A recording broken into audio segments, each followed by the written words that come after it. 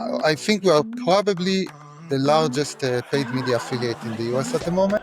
And we saw a very, very big opportunity at the time to join the market. We needed to start fetching the data, start uploading the data, analyze the data, research the data, do all the customizations that are needed. The downside is that our competitors have this advantage as well. What are the brand values that you wanted to pass and what actually the users are looking for?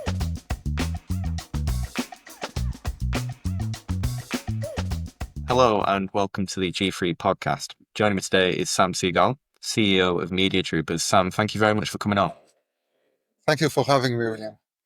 So firstly, this is the first time that we've got to speak. I've never spoken to anybody from Media Troopers before. I've seen you at a few events, a few stands at exhibitions, but I've not actually had the opportunity. So could you just tell me more about the company and about kind of your role within the business? So Media Troopers is a affiliate marketing agency, paid media affiliate marketing agency, specializes in regulated market. We are mainly focused in the United States and Ontario, but we are doing other markets as well. I think we are probably the largest paid media affiliate in the US at the moment, and we hope to preserve this position as we go forward. The company was established in 2019 by myself and my business partner, Benjamin Truman. We established the company at late 2018 when the US just regulated again. And we saw a very, very big opportunity at the time to join the market on a first stage. We also really liked the fact that when the market started, it required a gaming license for the affiliate as well. So we saw it's a good opportunity for us coming with a very strong background in regulated brands to follow up this new jurisdiction, new trend. And we started pretty much back then. At the moment, I'm the CEO of Media Troopers and leading the entire organization. I actually started my personal journey in iGaming in 2004 in Playtech. At that time, US was still considered regulated and it closed in 2006. So I really enjoyed the fact that I can go back to this amazing geo jurisdiction and to start working with it again. And this is where we're at the moment. Affiliate marketing mainly in the US. Yeah.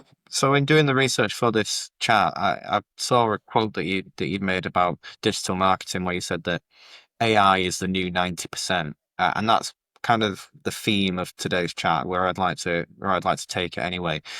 And by that, I assume you meant that AI can do tasks for you at 90% of the quality, and that's the new baseline.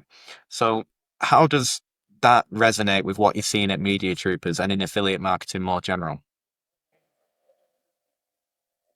So when we started in 2019, the level of automation, the level of AI was very, very low. We woke up in our morning and campaigns were not ready.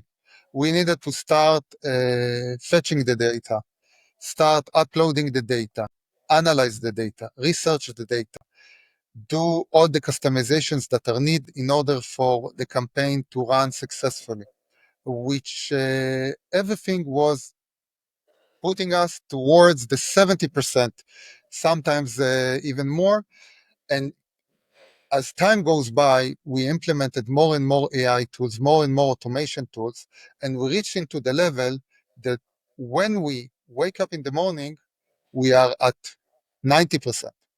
We are 90%. We are waking up in the morning and everything is ready for us to push the campaign, to push it that rest of the 10% to make it successful.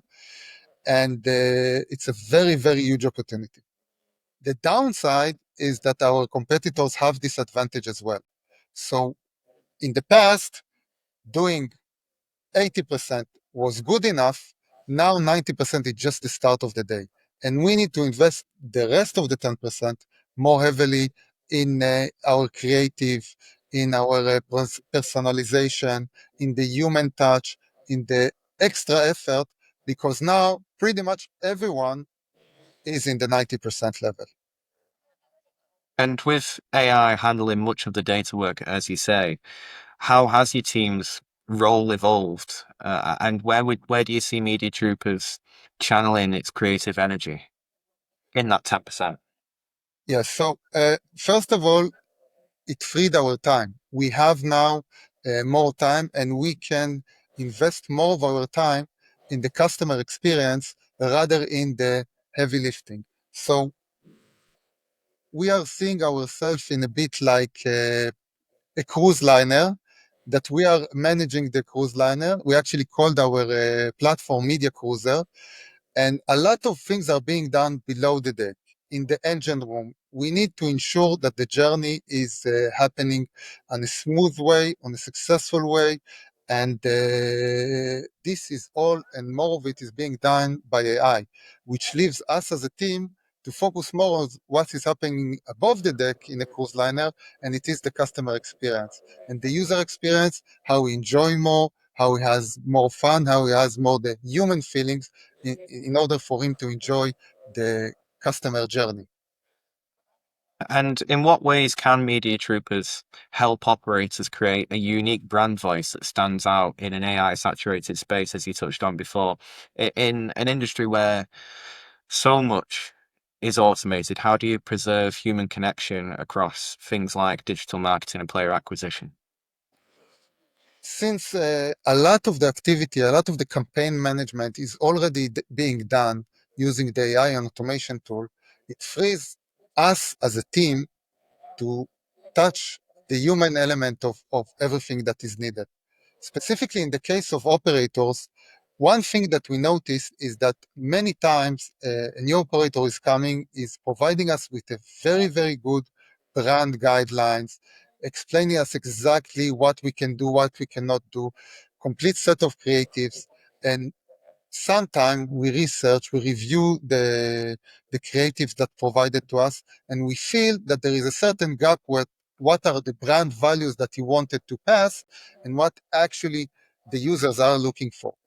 And using automated campaigns, A/B testing, different changes in the brand feelings and awareness, and giving a bit more of the human touch of what we as a team feel, we together with the operator can find the right way for the right branding, the right creative, and the right message for them to have in the entire customer experience journey that the user will have after he's crossing the line from us as the marketing agency to the operator platform and team. I don't want to put you on the spot too much, but could you give me an example where, whether it's a campaign or a content strategy, where human creativity itself made the difference, even when AI was inevitably in the In every campaign, we are using heavily AI. I can give you an example of a casino campaign we did a couple of months ago for an online casino. We created a whole landing page, amazing landing page with very good experience. The experience was involved a lot of AI tools and automation tools that our designer and creative teams used. And then it reached the A/B testing phase. And we said, okay, let's do an A/B testing. We did a meeting, and one of the team members said, you know what? I would like to see this landing page with a sound. And this is a thing that AI couldn't have given to us. We started experimenting few sounds. We started choosing some kind of sounds, also helping AI, and doing A/B testing, doing multiple tests. We found out that having the sound element is very important for us in order to have more engaging page. But still, we use the AI for us to be able to choose the right sound and the right element within that.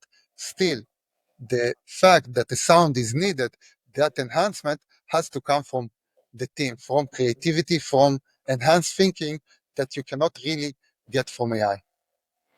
And as the leader, as CEO at Media Troopers, how do you ensure that you're fostering innovation within your team? Because even within kind of my role, there is sometimes a temptation.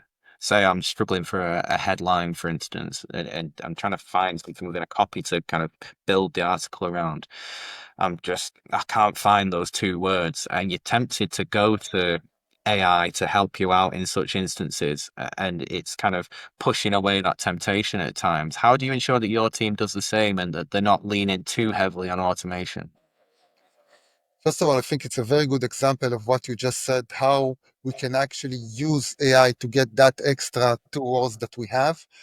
The problem is that everyone has it. As I said at the beginning, everyone has it. Our competitor have it as well. And this is the challenge that we are always exploring. The way that we are doing it at the moment is because of AI and automation, free more of our time. We use it to create more meetings that are think tank meetings, blue sky meetings, where we sit all together, not no needed for Excel and more information. Look at the problem, think what is the problem, what is the solution, experiment with different solutions, because still the way for us to overcome the competition is it's with our human touch, with our creativity, with us working together as a team, while as much as possible is still being done by AI and automation. And what would you say that true personalization, if such a thing exists, looks like today, and differentiates Media Troopers from its competitors in, say, actual campaign execution? Personalization, at least at the start level, can definitely use a lot of AI tools, a lot of automation tools to segment the clients, to send the right message, to understand what the message is, but it gets you up to a certain level. And the rest is that human touch, that human personalization. For example, in March Madness, we used a lot of personalization and automation through automation using AI tools. I give you a very good example, specifically in March Madness. One of the biggest challenges that we have there is that there are many basketball teams, but the fan base is not necessarily related to that relevant state.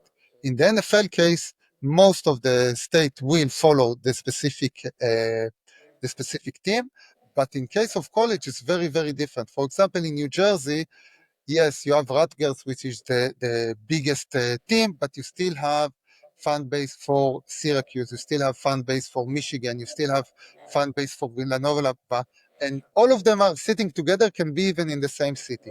You use as much of the AI tools in order for you to get to that information, to reach to that specific fan base. Having said that, you need to make sure you address it in a very human and very authentic way. Because if the user is not feeling authenticity anymore, he can get the data, he can get the right personalization, but he needs that human touch, that feeling that someone is actually approaching him specifically. And how do you ensure that Media Troopers aren't just driving traffic, but you're actually enhancing the full customer lifecycle for partners?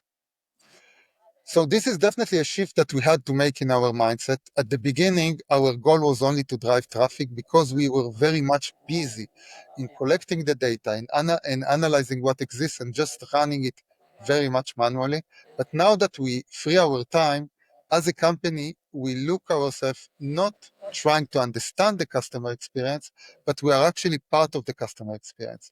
When we have a new advertiser onboarding, we are not just looking on what is the platform, how we can integrate with our system, but we invest a lot of time to understand what is the product itself, how the customer journey looks like, going into the app, reviewing the customer reviews, what are the issues that are pain points for them, what they liked about the app. We are checking Trustpilot. We want to better understand and to be a part of the user journey, also when it crosses the bridge and coming from us into the operator. So we'll make sure we have the best customer experience in the process.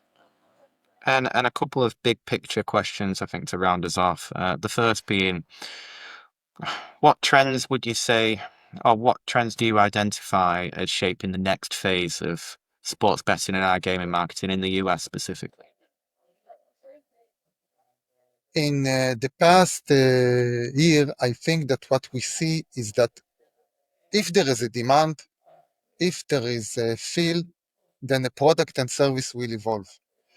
The regulation started, we had the release of few iGaming states We have at the moment we have quite a few sport betting states that open, but still quite a few states are still not allowing regulated sports and regulated casino. And in the gap, new products evolved. New products or old products become stronger. Daily fantasy that used to be at the time is becoming more and more popular in different states with brands like Prize Picks, Underdog, Better, and these brands are starting to dominate those states, offering experience that is close to sports betting, but it's not sports betting. We see the same with social casinos, where we get it with huge evolve in everything that is called sweepstakes casino. And what I believe will be the next state is that those different products are going to become more and more brand enhancement, where we see brands like Underdog launching sportsbook, and where we see iGaming completely regulated casinos offering social casinos. For example, BetRivers offering betrivers.net, which is go to other jurisdictions. I believe as regulation will evolve, we'll see more and more switches between brands and offering more products that they don't offer at the moment. And finally, how do you think loyalty will be built in the future? Will it be through algorithms, brand personality, or something else entirely, do you think? As in every other field, we'll see huge part of it being automated, being segmented, taking a lot of data into account, and then creating the best possible outcome that you can get from automation. Having said that, I think that it always can get you up to a certain level. A good example, I would say, would be the COVID case. We had COVID, everything moved to automation, everything moved to Zoom calls, video calls, and we thought it's amazing and everything worked perfectly.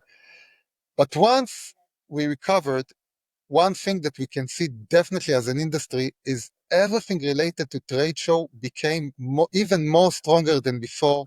People want that human touch. People want to interact. People want that extra measure that you can feel when you can see the person just in front of you. So I think everything related to loyalty will still have a lot of need for human touch, human element. You can get into a certain point when you use a product, you want to have something automation, you want maybe to get some automated chat service, but having that specific feeling that someone can hear you, someone can understand you, which is a real person, will still be a very big factor, and the one that will do it better will succeed because everything else will become standardized. Eventually, while we are tech savvy and more people becoming tech savvy, we are still social creatures where we need that not interfere the interaction, and we look for it every time, and we look for that authenticity all along the way. Sam, thank you very much for your insight. William, thanks for having me. It was a great pleasure.